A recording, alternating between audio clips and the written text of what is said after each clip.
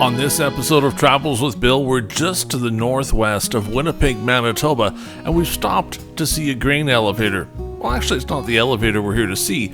It's those big white things on the left-hand side of the screen. That is grain left outside for storage because the elevator doesn't have room for it. Often in the fall, you'll see farmers with little storage bags in their fields. They're the little white strips you see sometimes. These are a lot bigger. Now, from the air, it might not be immediately apparent just how big they are, but consider the size of that elevator and the size of those bins. You can even see some train cars in the background, and maybe now you start to see just how big those piles of grain really are.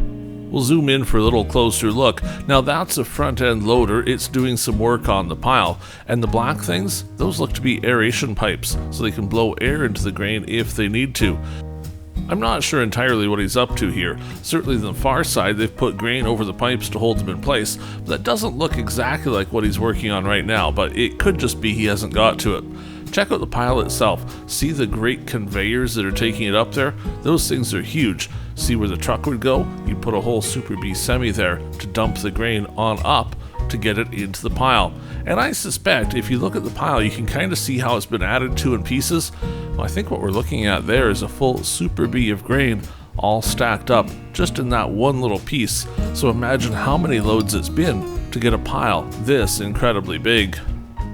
Certainly they've built this special for this. It looks to be a cement base. It has walls on it too that are reinforced to support it, but it's a pretty neat setup. Unfortunately, I couldn't find a truck actually adding grain to the pile, but the pile itself is so impressive, I just had to show it to you. The tarp will stay on this for the winter, and the snow will come and go, no doubt.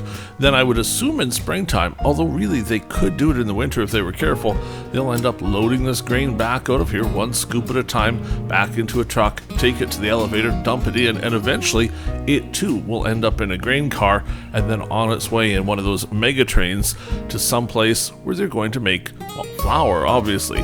But what they make out of that flour is anyone's guess.